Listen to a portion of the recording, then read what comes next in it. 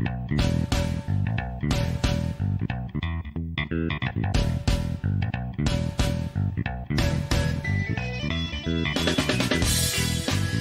are listening to an infusion of nerd enlightenment.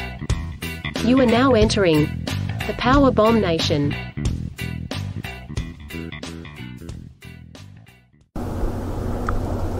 All right, ladies and gentlemen of the Nerd Asylum Network, it is the Bluegrass Ghostbusters here, and we have a very special guest today, New York Times best-selling author, Andrew Shaffer. Andrew, how's it going, my man? It is going great. How you doing? Oh, not too bad. Thank you so much for taking the time out to join us here in the asylum. Those of you who are not familiar with Andrew, he is an author. He has wrote many books, among two of them that were just released this past week. Of course, the main reason we have him here on Bluegrass Ghostbusters is for Ghosts of Our Past, which ties in directly to the movie. And he also had Day of the Donald, which also released this week, so we'll talk a little bit about that as well. Andrew, how long have you been a writer? I've been a writer since I was a kid. It's kind of a difficult question to answer because I started writing as soon as I started being able to read. It was sort of the first natural thing I thought to do, which was to write my own stories. And I think when you're that age, everybody writes their own stories. You play with action figures and whatnot. But I was writing them down very early on, and I could also draw too. So I was illustrating my own little comic books and stuff in grade school. And eventually, you kind of have to choose whether you want to do art or whether you want to do writing. It's very, very difficult to sort of, nurture two different talents there. And I chose the writing career, and so I went to school for it, to the University of Iowa, to the Writers' Workshop at Iowa. And after a few years of not getting anything published because I wasn't that good, I just got better. A little bit better every year, and finally started publishing books about 5 or 6 years ago. Awesome. So now what was your first book that you had published? It was a nonfiction book called Great Philosophers Who Failed at Love. A look at the love lives of philosophers. They were quite disastrous, and it was just supposed to be like a little humorous gift book, and it ended up being quite a bit longer than expected, and it's a fun little book. Now, I didn't know anything about philosophers before I started to write it, but that didn't stop me. Right on. Now, you've also wrote, there was 50 Shades of Earl Grey. Yeah, 50 Shades of Earl Grey was a parody of the 50 Shades of Grey books, which I believe were also a parody of Twilight. and yeah, that book came about very quickly. I just started to write a parody of 50 Shades of Grey on my blog, right? This was around the time 50 Shades of Grey started to become big, and I had publishers contact me and say, hey, would you like to put this out? And I'd always wanted to write a novel. Up to that point, I'd only written nonfiction books. And so I said, absolutely. That was kind of what I wanted to do, was write stuff that was fictional, because I like to make stuff up. Right on. Now, you also wrote a tie-in for the Sharknado movies, How to Survive a Sharknado and Other Natural Disasters. That is available for everybody to pick up and read. Tell us a little bit about that. Sharknado was an interesting book because it actually appears in the movie Sharknado 2, and it is written by Tara Reid's character, April. And they wanted to have a real life tie-in to the movie, and that was something they hired me to do. And I watched like 40 different Sci-Fi Channel movies over the course of a month, which is quite a marathon. So I don't know if that's something I'd recommend, your listeners do, but it was something that I was able to survive, and it was a lot of fun to work on it, just because I was a fan of the first Sharknado, and I really did like a lot of Sci-Fi Channel movies, Ghost Shark, Piranhaconda, There's some really great cheese-tastic films out there, and so the book sort of covers all of that in one guide, and sort of ties it all together into the Sci-Fi Channel cinematic universe, if you will. So now, how were you, when you were approached? How did you get approached for the Sharknado book? My agent got a hold of me and said, "Hey, do you have any interest in doing a book based on Sharknado?" And at first I was like, is this like a movie novelization or what? But really, the publisher wanted somebody who could do the humor, which I'd done with 50 Shades of Earl Grey, but also do the research and make it a believable book. So a lot of the stuff in there, I actually put in the research like I would do with my nonfiction books. So I really tried to figure out, how do you survive a Sharknado? How do sharks survive in a tornado? So there were a lot of questions that I tried to answer and try to do it in a really realistic way. And that was sort of where the humor came into that book. Awesome. Now, of course, the 28th was a big day for you. We're just a few days past, and you had Ghosts from Our Past, which was released, which we'll get into momentarily.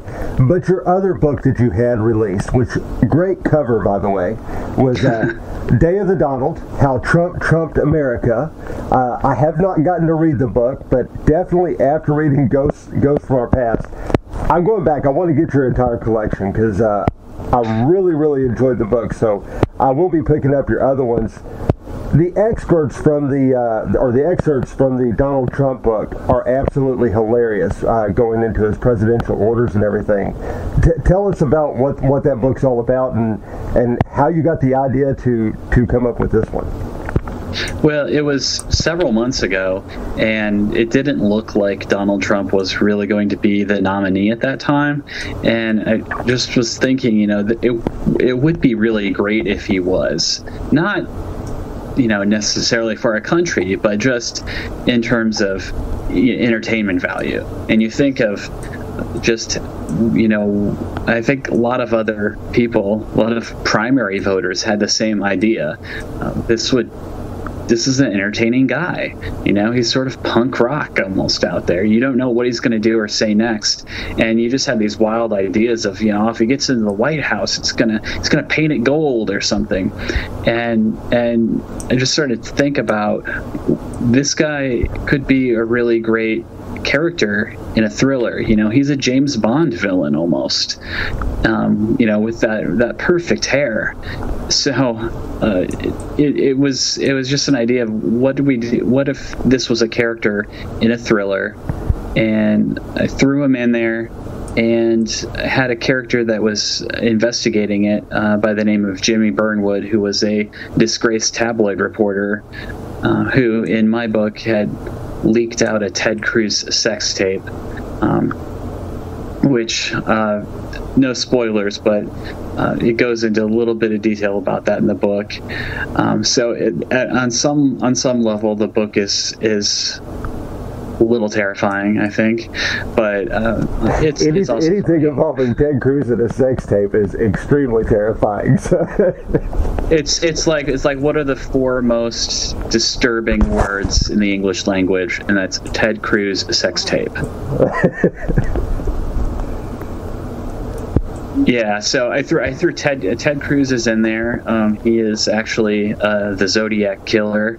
He's in prison for committing serial murders, but it's also a really fun book though. And with all the stuff that's going on in the world, I think you need to take a step back and laugh at some of this stuff, because otherwise you can be angry from now until the election, no matter what side you're on. But I really do. I roast everybody, including Hillary, in the book. All right, so everybody needs to definitely get out there and pick that one up. It should be a great read. So now, before we get into Ghosts of Our Past, let's talk about your past a little bit. I know you're a big Ghostbusters fan. we're relatively the same age, so I know this was probably a big influential movie on your life, as Ghostbusters were for all of us who grew up in the 80s. How far back does your fandom go? To the movie's release. It's funny. The movie that stood out for me in my memory that summer was Gremlins in 1984, simply because it was playing at the cheap theater, and I saw it over and over and over. It was like that was probably because Ghostbusters was still playing the first run. So I think Ghostbusters stayed #1 for something like 7 weeks. It was crazy. So I went to see Ghostbusters in the theater, but I also saw Gremlins many times. Now, that's sort of just what my memory is, but I recently found a couple of stories that I'd written around that time. I think I was in the next year when I was in first grade, and first or second grade, and I wrote a sequel to Ghostbusters called Ghostbusters 2. And not surprisingly, I copied pretty much everything from the movie Ghostbusters 1. so it was not my best work, but it was something that, one of the very first things that I could find that I actually wrote and illustrated a little Stay Puft Marshmallow Man attacking the city. So yeah, I even used the same big bad villain. I didn't really take it any further than that. But I also wrote a couple of other stories about ghosts around the same time. And I wanted to be a Ghostbuster. I didn't have the proton pack, though, but I did have the animated series toys a couple of years later. And I know the animated series was, really stood out in my mind simply because that was, again, those were the toys that I played with. So in my mind, for a long time, the Ghostbusters had the different colored uniforms, and Slimer was kind of a little more cartoonish character. So it was a really... I've just been there all along. Now, what I had was a Ghostbusters training manual. I don't know if you remember this, but it was a little, maybe 20-page book that came with stickers. It was primarily a sticker book. And at the time, I even felt that I was a little too old for it. But it was the only thing you could get unless you wanted to pick up the role-playing game with, I think they had like a Tobin Spear Guide role-playing game book. But it was really the only thing you could get besides, again, the movie novelizations too. But that was all that was out there, and I said, I want I want to see what an in-depth ghostbusting guide is like that's set in this universe. And that never happened, really, and it was a little disappointing for me. And I was said, that's one thing I'd like to put out there someday. And I was thinking this even at a very young age. I was like, that's what I want to see. That's what I want to see.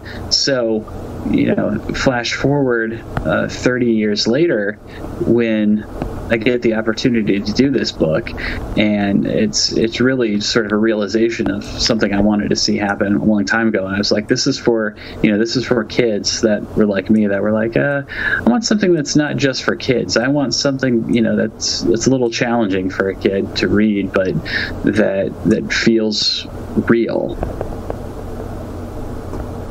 Right. So now, Legos, speaking of not having, all the equipment and everything when we were growing up, you could make a pretty mean PKE meter out of Legos. That was my main go-to back in the day. Really? Wow. That's I was not that talented. So now did this, with the first Ghostbusters movie, did that spark an interest, like a actual interest in the paranormal? It's funny that I was interested in the paranormal, and I had an open mind about it, but I knew really deep down that I didn't quite believe And that only got stronger over time as I became an agnostic when I grew up, and really, sort of didn't believe in a lot of religious stuff, and that included then spiritualism and the paranormal. And so I'm a skeptic. My bar is very high for that. Now, I think that, the paranormal and ghosts are very interesting, and it's something in pop culture that I love. I love horror movies, but it wasn't something that really sparked, these are real, I can, go hunt them down. So, and I know that a lot of people that it did spark a real interest in that, which is very cool. And I think that but in me personally, it was just a very different sort of interest. Right on. Now, of course, being a Ghostbuster is not only about believing in the paranormal, it's just as much about being a skeptic and disproving. Which brings me, you had to do a lot of research for this book. I'm positive on how much that seemed to be taken. You hit 2 or 3 times in there about reality shows being on TV and things like that. Did you watch a lot of these paranormal shows before delving in to write this book, just like you did the sci-fi movies? Yeah, I watched a couple of different shows. I don't remember the names, but there's just not a lot of hard, evidence or science or anything behind those shows. They're hunting in the dark for no reason other than it looks spooky and cool, it seems. And while it does look cool in the night vision, flip on the lights. I don't think the ghost is going to be scared away by a little bit of light. So it was something that I did a little bit of that, but most of the research that I had to do was in books, and it wasn't just paranormal books; it was science books, because Paul Feig was very adamant about this being scientifically grounded, because Aaron Gilbert and Abby Yates and Holtzman are all very grounded scientists, and Abby's a little believer in the paranormal. Aaron, although she had a childhood experience, has come to see it as something that she doesn't quite believe in anymore, when we get to the point of the movie. So it's it was a huge stack of stuff that I had. I was reading from one stack paranormal to the other stack science, and I had to try to figure out a way to connect those two worlds. And that was probably the most difficult part, because the more granular you get with the science, you go, oh well, there's just no way, and then you try to look at it from the paranormal point of view, and it just gets more vague and more vague, and it was really difficult to connect the two, but I hopefully did it in a believable way. I think you absolutely did. You get into some parts of this when you start getting into quantum physics and quantum mechanics and black holes and black matter and dark matter, and a lot of that stuff is unproven to this day in science as well. But phenomenal job intertwining it. The more I got into it, I read the book in 2 days while I should have been working. However, I just got so engrossed in the book, and it was everything I could do to keep from picking it up, on my drive home or staying up too late at night to finish it. And I was just fascinated, not just in the style of writing you have, but the amount of research that had to go in, because a lot of the things that you were pointing out in history or specific, Cthulhu or Will-O-Wisps and certain entities, so to speak of, and then going into Stephen Hawking and all some of his theories, had to be very in-depth, and I couldn't imagine the brain power it took to keep that all together and then intertwine them in the book while you're writing it. It was absolutely amazing job. So now, yeah, thank you. When were you approached about the book? Did Paul Feig contact your agent, or did Ghost Corps contact you? How did that all come about? It was a couple of years ago. After I had finished the Sharknado book, my editor at Random House asked me if there were any other pop culture books I wanted to work on, and I said, I want to do a Ghostbusters book. I want to put out a real Tobin Spirit guide.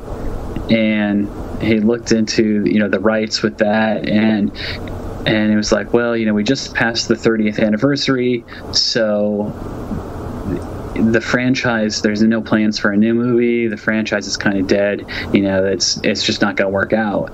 And then about a year later, which was last summer, my editor contacted me and said, hey, I just found out they are doing a new movie. And, not only that, there might be an opportunity to do a book that ties into it. And it was at that point that we found out that they were doing a Tobin Spirit guide with Insight Editions, which is the one that Eric Burnham wrote, and Kyle Hotz illustrated, which is an amazing, amazing book. And they said, we've got this other book, though, that we want to do that's actually appears on screen in the movie, and it's sort of a plot point for these characters that they wrote in college. And they sent me a script. I read through it, prepared a sample, sent it over, and I don't know how many other writers they were talking to, but mine was the one that I think that got closest to what they were looking for. And so at that point, I got to work with Paul Feig and Katie Dippold a little bit. They critiqued my proposal and then looked at my sample chapters and gave me notes on what they thought the book should be. And so then we were off running. And at the same time, they were also started filming for the movie. Awesome. So now, let's start at the beginning of the book here. Now, you tell me if we get into anything that touches too much into the movie or anything like that you don't want to go into further. The first little bit of the book is all about the backstories for Aaron and Abby. Tremendous hook right off the bat. Full visualization. You capture Melissa McCarthy's. You capture her spirit very well in the book, by the way. What was it like? How much freedom did you have with their backstories as children, or was that something that was kind of preset that you just kind of molded a little bit? Yeah, it was really fun because there were a couple of lines about their childhood in the movie. It's not dramatized in the movie, but they do talk about it, at least in the script that I read. That may change in the final movie that comes out, but it was in there a little bit. And then they said, okay, here we have a couple of lines, do the first 70 pages of the book as their childhoods. And I said, well, what happened, And they were like, well, who knows? So the only guidance that I really had was I said, where did they go to school at? So we knew they went to the University of Michigan, but they didn't know where they grew up or anything about their backstories, really, besides that Aaron had seen a ghost. So I got to sort of pencil in all of that backstory that you see in the book, which is their parents and them actually meeting for the first time, which was pretty cool, because again, that was stuff that is now sort of canon, but it was also stuff that they allowed me to work on and create. And then again, like I said, we had some feedback loop going with Sony, and then primarily with Paul Feig on the final or on a rough draft of the book. He looked at it and was able to say, okay, no, the characters wouldn't say this, they wouldn't do this, but it was very gracious on Paul and Katie's part to let someone else play around with their characters like this, because they didn't have all of that fleshed out, and it was a really cool opportunity. And what I constantly say is it's sort of like you wanted to know how Peter Venkman and Ray Stantz and Egon met in college. You wanted to, what were they like? What were their childhoods like? You don't even know if they have siblings or parents or anything. So this was a real chance to go into a backstory and create one that wasn't there before. Well, I think it definitely adds. Any critic out there that might be happening to listen to this episode knows I'm very adamant in my love for the reboot. I just had a baby girl. I want her to grow up with the same heroes that I had growing up, and I hope she runs around with a little proton pack and gets the full Ghostbusters universe that we never got after the 80s. But I want them to pick up this book and read it. And if you can't get behind the reboot after reading this book and the backstory, that there's something wrong. You've already ruined your childhood. Paul Feig and Kate, they're not doing it for you. You're well on your way of ruining your childhood if you can't get excited, especially after reading Ghosts from Our Past. Well, yeah, I had someone who was not really enthused about the reboot pick the book up to probably to criticize it or whatnot, and they finished it and said, hey, you know what, if the movie is anything like this, there might be some hope. I said, well, yeah, so once you get to know the characters, and I don't see how you can't, not be for it. I understand it's not the same thing that you grew up with, but again, I didn't write this for myself, 30 years ago. I wrote it for kids today, and I have nieces and nephews that are, that are looking forward to this, and so I wrote this for them. Right on. So now, what was it like? Because you introduce Erin first, we get her backstory, and then you introduce Abby's backstory. And by the way, love the pop culture references that went into the book. I love when Abby goes back to Detroit and stays with her uncle and aunt. She's hanging out on the rapping with someone we might be familiar with today by the name of Marshall. It never goes into more detail than that, but awesome little things like that have me laughing out loud, which was tremendous. But what was it like bouncing back and forth between the two? Because it would seem like page by page it would be a different one of the two speaking, and then sometimes it would go line by line, and this would bleed all the way into Kevin towards the end. Yeah, I tried to create a different voice for each one of them, and again, I hadn't seen the movie, so the voice was based on what I imagined those actors doing with the script.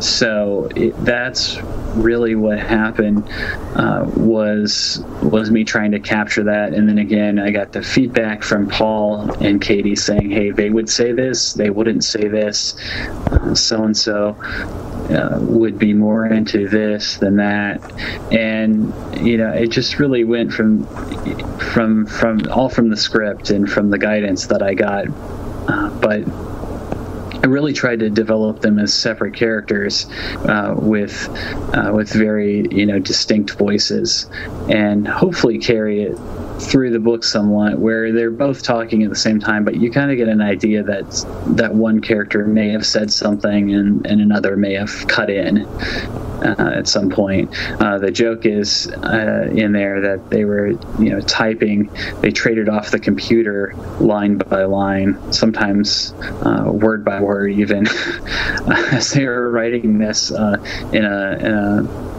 surge fueled or Mountain Dew fueled a frenzy in the library. So it really just flows just from the characters in the script. Awesome. I do like the idea of a surge fueled friendly versus a Mountain Dew. However, I just introduced my 16-year-old son to Surge. I'd found it at a local gas station. Didn't even know they might have had it since the 90s. I don't know how long they had it in the back room. But I bought an entire case, and he's like, you're crazy. And I'm like, no. I was like, I haven't drank this since the 90s. I was like, this is the best stuff ever. Oh my goodness. Yeah, Surge was insane. Did it taste like he thought it? Oh yeah, it was everything I remembered and more. Wow. Yeah, that was basically, wasn't that sort of like when you would just hit up all of the fountain drinks at once and create a suicide, the Pepsi and the 7-Up and everything in your drink, and you got to throw the orange crush in there at the end to top it off. Yeah, he would just make the most foul creation. And I just remember I had this idea that Surge was like you like found a way to put all of the drinks together and you put all the caffeine in it that you could. And yeah, why isn't it a thing again? It should be. So now, what were some of the things that you used on the Paranormal? I know a lot of the places that you mentioned were physical places. The Stanley Hotel, the Research Center in New York. All these are actual, paranormal research facilities or haunted places. And then you go into the characters. Heiss or Heath, however you would say his name, who was a hunter. Now, I know he has a tie-in in the movie, but we won't get into that. I'm going to assume that most of the people that you mentioned outside of the presidents and things like that were all fictional characters. Were these people you made up, or did you get direction from Ghost Corps or Sony to, hey, we need this to go through? No, I didn't have any direction on it. That was all stuff. A lot of the ghost hunters in the book were real ghost hunters. We go into Harry Price, Harry Houdini, William James, Henry Sidgwick, the Ghost Club, all of that stuff was all real. And I did editorialize a little bit, sort of fictionalize their stuff a little bit, just to make it more entertaining, or to play up the idea that they were bigger ghost hunters than they were. But there's a lot of truth in that, and like you said, there's a lot of truth behind a lot of the real life haunted places, like the Stanley Hotel, which is someplace that I haven't been, but was the basis for Stephen King's The Shining. So, there's a lot of real stuff in the book, and I think you're going to have a hard time telling what's real from what's fake. And that was kind of my idea. Like I said, there's one character called Vernon Heiss, who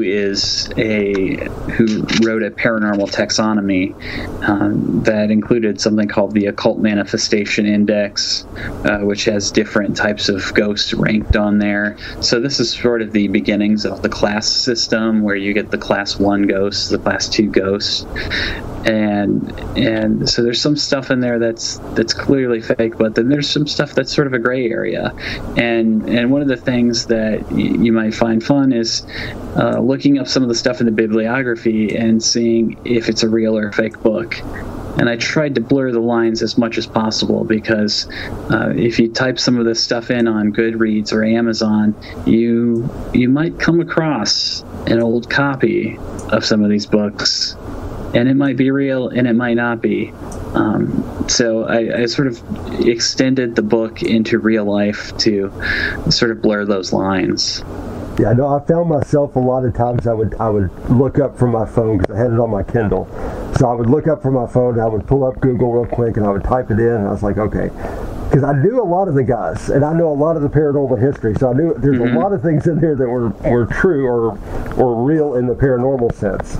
And then there were a lot of things I was like, it makes sense. I was like, the New York place is real, and I could never find the Vernon Heiss, and that was when I figured, okay, that has to be one that I knew was probably non-existent.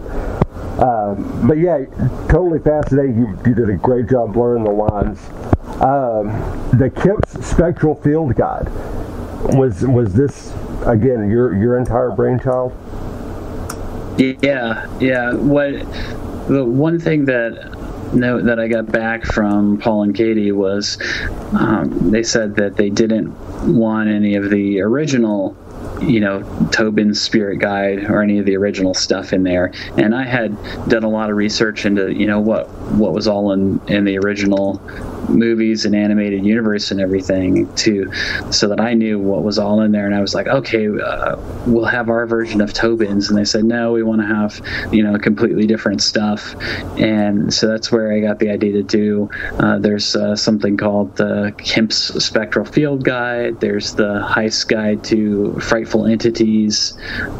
There's a couple of different books that are sort of this movie's version of the Tobin Spirit Guide, and that was all something that I was able to sort of work up for the book, and just put my own spin on that, because they had not had any of this stuff in the movie.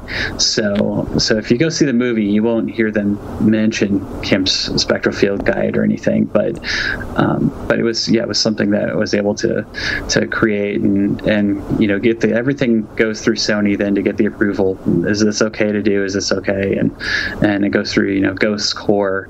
So it does go up the chain, like you're saying, but it was all stuff that I was able to create. So let me ask you this: do you have any intentions on doing a larger version of the Spectral Field Guide if the universe continues to expand and the movie takes off like most of us think it will? At the end of this book, we actually tease a sequel to Ghost from Our Past. But one of the things that it was interesting, because we got the Tobin Spirit Guide, and I was a little worried ahead of time. I was like, what if there's overlap between the Tobin Spirit Guide and this book? And it ended up being that they were completely different books, set in completely different universes. There's a little bit of overlap in terms of the same classification system, 1 through 7, and you also have Cthulhu appears in both of the new Tobin Spirit Guide and in Ghost from Our Past. But yeah, there's a lot of stuff here to be expanded on still, I think. Whether it's a sequel, whether it's actually putting out a Kim Spectral Field Guide. Right now, I'm just excited to see the film, which I haven't seen yet, and see how everything that I read in the script comes to life on the screen, and to see what changed between the script, and they do a lot of ad-libbing and stuff on Paul Feig movies. So it's going to be very different, I think, than the script that I read, which is I think it's going to be great, though. Awesome. So now, out of the 4 new Ghostbusters, who did you find yourself relating to more as you read this? Obviously, you were with Aaron and Abby a little more than Patty and Holtzman, but who do you see yourself relating to more as this movie comes out, or who do you think will be your favorite character? I think the one that I related to more was probably Patty. She's played by Leslie Jones, and she's sort of the outsider that comes in and looks at Abby and Aaron and Holtzman like they are kind of crazy, and that's probably what I would do too in the same situation. Not necessarily crazy, but just say, "Wow, you guys are talking way over my head," and Patty does bring a lot of stuff to the table, I think, which we haven't really glimpsed in the trailers so much. But once you see the movie, you'll see that she brings a lot to the team. And so I think Leslie Jones really is going to be one of the standouts, though. I heard from the test that they did that she got some of the biggest laughs in the movie, which is saying a lot, because you have a movie with Kristen Wiig and Melissa McCarthy in it, who have starred in many, and are some of the top comedians working today. So I think she's really going to be the breakout. I'm also looking forward to seeing Chris Hemsworth play Kevin, because I saw the new National Lampoon's Vacation movie with Chris Hemsworth in it, and I thought he was hilarious in that. And no matter what you think of the whole film, he was great. And I think that he's going to be really funny in this. He was one of my favorites to write in the book, just because his character just says some really outrageous stuff. Yeah, that was it was another part I laughed out loud, is when you go in there and you got Aaron over his shoulder, and how hilarious that he's pinning the whole thing out like that. Would love to see the sequel to the book. Of course, I'm reading towards the end of it, and I know it's going to leave off on a big cliffhanger, so I'm flipping through my phone as fast as possible, and I'm reading through it. Of course, it gets right there to the end, and it just cuts off, we blank, blank, blank, and I'm like, no, I was like, I just need 2 more sentences. So I really, really hope you get to pin the sequel to that. That would be excellent. Do you have anything else in the works that we should be on the lookout for coming up? No. Right now I'm actually writing a serialized novel that's a parody of The Great Gatsby, and it's called Catsby. That's with a C, and it's about a cosplayer who is in a cat costume in place of Jay Gatsby, and I'm serializing that right now on a Wattpad. There's a link to it on my website. If you just type in Gatsby on Wattpad, you'll find it. But that's something that I'm doing right now. It's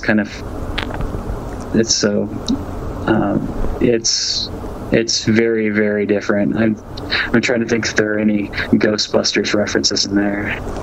I don't think so, but I think there are Ghostbusters references in The Day of the Donald, though, which is the Donald Trump book, because I was writing them about roughly the same time, and while I was editing Ghosts from Our Past, I was writing The Day of the Donald, and it was a little bit of it bled over into the other one, so you'll be able to spot some Ghostbusters references in there. Nice. I will definitely be looking forward to that. And there were a couple other pop culture references in Ghosts from Our Past. There, of course, the Spider-Man iconic line with great, responsibility, or the Spider-Man line. There was a good Star Wars reference in there, and of course the Eminem reference we mentioned, it, and as well as a High C reference to any Ghostbuster fan who knows anything about Ecto Cooler. Of course, it's a High C product. So last thing I got for you, then I'll let you put yourself over, tell everybody where they can interact. Out of the original Ghostbusters, who was your favorite? The original Ghostbusters, my favorite was Peter Venkman, and as a kid, I was not cool like that, I guess you could say. I thought I was. I was more of probably an Egon or a Ray. But I wanted to be, Peter Venkman. I think a lot of kids wanted to be Peter Venkman. He was just really cool. And now, when you grow up and you watch the movie again, you go, well, I don't know if he was cool. He was, he could be a little creepy at times. Showing up at his girlfriend's apartment with Thorazine or whatever. I was like, well. But I really was much more of an Egon type character myself, although I would have never admitted it at the time. I was like, Egon, he's not cool, But now I watch it again and I go, he's got some of the best lines, though, about the molds and spores and funguses, and even said print is dead. 20 years before anybody else was saying that. So this guy was pretty cool on his own. Absolutely. I was always a big Harold Ramis fan. Many movies that he's done, and I was always the guy. Of course, no one else wanted to be Egon, out on the playground. But I always found it a thrill because he was my favorite Ghostbuster. So I gladly took up his mantle on the playground. So Andrew, go ahead and tell everybody where your website, where they can get hold of you if they want to, ask you questions or interact with you. How would they go about doing so? The website for the book, Ghosts from Our Past, is just ghostsfromourpast.com. So that's where you can go to read more about the book. You can watch a video, which has a clip of the book in the movie itself, which is pretty cool. And because I guess I didn't explain earlier in the interview that the book was actually written by Aaron and Abby while they were in college, and this one that we've printed is supposedly the revised edition that they wrote after the events of the movie. So it says it's on here that it's newly revised and somewhat updated. They didn't really make a whole lot of updates, but So that's where you can go to see that, ghostfromourpast.com. If they want to, get a hold of me, ask me questions, they can follow me on Twitter at Andrew T. Shaffer. And if they want to know how to spell that, that's Shaffer is how you spell Shaffer. So it's Andrew T. as in Thomas Shaffer. And I also have a website at andrewshaffer.com. Awesome. Andrew, we thank you so much for joining us here at the Bluegrass Ghostbusters and the Nerd Asylum Networks. Again, thank you for taking the time out with us, and we would love to have you on again, maybe after I get a chance to read the Donald Trump book and we see how the election turns out. Maybe we can get a few laughs there as well. Again, thank you so much for being on the program. Thank you for listening. Please like and subscribe. You are now leaving the PowerBomb Nation.